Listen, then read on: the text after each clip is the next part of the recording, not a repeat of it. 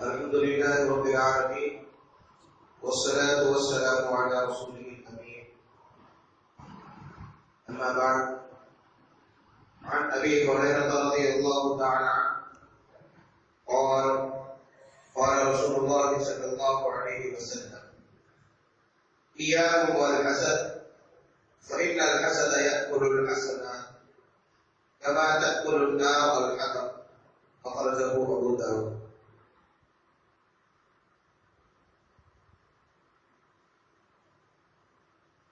معزز سامعین،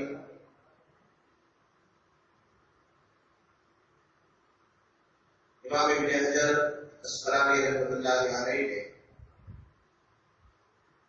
اپنی کتاب بلوغ المرام میں ادلۃ الاحکام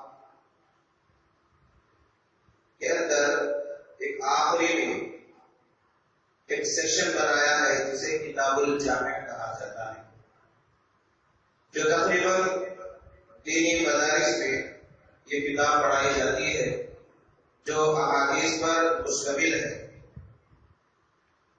اور الحمدللہ یہاں پر اسلامی آداب، معاشرتی آداب، اصلاح معاشرہ کہ آپس میں مسلمان جب زندگی گزارتے ہیں تو معاشرے کی فلاح و بہبودی کے لیے کیا اصول اپنانا چاہیے،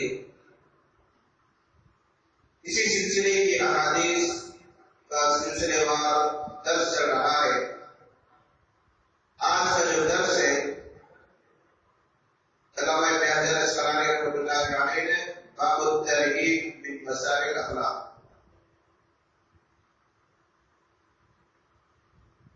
کہ برے اخلاق کے نتیجوں سے ڈرانے کا باب.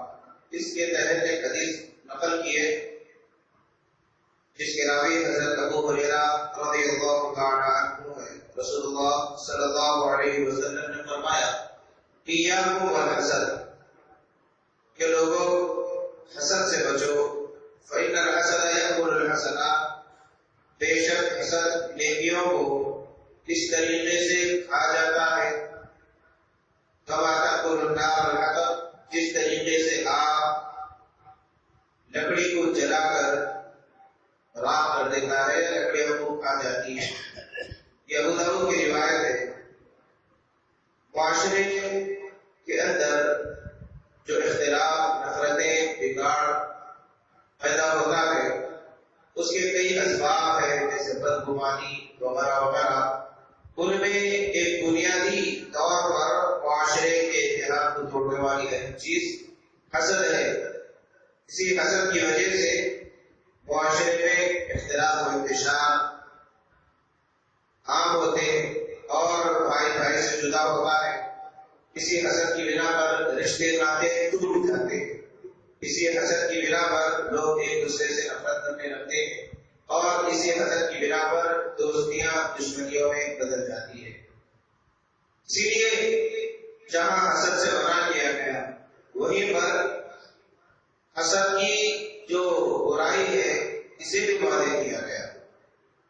کہ اور حسد کا معنی یہ ہے کہ کوئی انسان تمنا کرے کہ اللہ نے فلاں کو جو نعمتیں دے رکھا ہے وہ چھن جائے، وہ مجھے مل جائے. اللہ نے فلاں کو جو نعمتیں اپنے فضل و کرم سے دیا ہے اور ہم کو ان نعمتوں سے محروم رکھا ہے، اللہ وہ نعمتیں ہمیں دے دے، مجھے دے دے اور اسے محروم کر دے. یہ ہوتا ہے حسد. اسی لیے احادیث کے اندر بتلایا گیا لا حسد الا باثنین، کہ دو چیزوں پر حسد کیا جا سکتا. اور یہاں پر حسد کا معنی رشک کا ہے. ایک، اللہ نے کسی کو اگر علم دیا تو وہ صبح شام اس علم کو عام کر رہا ہے.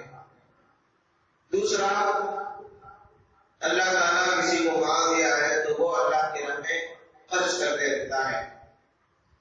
تو حسد اتنی خطرناک بیماری ہے کہ اسی حسد کی بنا پر شیطان نے اللہ کی نافرمانی کی، حضرت آدم علیہ السلام کو سجدہ نہیں کیا.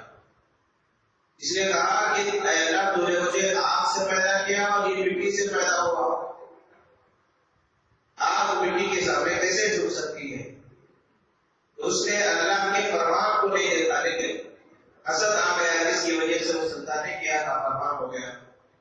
حضرت یوسف علیہ السلام کے بھائیوں نے یوسف علیہ السلام سے جو نفرت کیا کسی حسد کی بنا پر کیا کہ ہمارے باپ اب اتنے طاقتور ہیں، کٹے کٹے ہیں، ہم سے محبت کرنے کے بجائے پوری توجہ ہمارے چھوٹے بھائی یوسف کی طرف لگا دیتے ہیں۔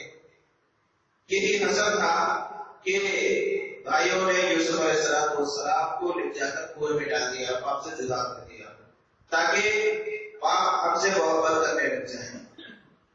اسی طریقے سے دنیا کا جو سب سے پہلا قتل ہوا حابیل و قابیل کا، کسی حسد کی بنا پر ہوا تھا۔ تو البرس معاشرے کے اندر جو بگاڑ پیدا ہوتا ہے یا رشتے ناطے جو ٹوٹتے ہیں، اس کی ایک سب سے اہم وجہ یہی آپس میں حسد ہوتا ہے۔ اور ایسے لوگ جو اللہ کی تقدیر پر راضی رہتے ہیں یا اللہ کی تقسیم پر راضی رہتے ہیں، جن کا یہ نظریہ ہوتا ہے کہ اللہ نے ہمیں جس حال میں رکھا، جیسے رکھا، اللہ کا شکر ہے، یہ دنیا صرف ایک امتحان کا ہے، آزمائش کا ہے، اور حقیقی نتیجہ آخرت کا نتیجہ ہے۔ کسی کا اگر یہ نظریہ ہوگا تو انشاءاللہ اطمینان کی زندگی گزرے گی، اور یہ بھی بات بتلائی گئی کہ ان الغنى من النفس، حقیقی بے نیازی نعمتیں زیادہ ملنا نہیں ہے بلکہ دل کی بے نیازی ہے۔ اسی لیے ہمارے دادا محترم مولوی محمد افضل محمد رحمۃ اللہ علیہ ہمیشہ کہتے تھے کہ اللہ کا فضل ہے، جو بھی ہے اللہ کا فضل ہے، جو بھی ہے جیسا بھی ہے اللہ کا فضل ہے۔ ایک بار نہیں، دو بار نہیں، دن میں دسیوں مرتبہ یہ الفاظ کرتے تھے۔ تو یہ شکر گزاری کے الفاظ ہیں کہ اللہ ہمیں جس حالت میں رکھا یہ اس کا شکر اور فضل ہے، اور اللہ اپنا فضل جسے چاہے دیتا ہے۔ ذالک فضل اللہ یؤتیہ من یشاء، اللہ اپنا فضل جسے چاہے دیتا ہے۔ کوئی یہ نہیں کہہ سکتے کہ فلاں کو کیوں دیا، فلاں کو کیوں دیا، یہ اللہ کی تقسیم ہے۔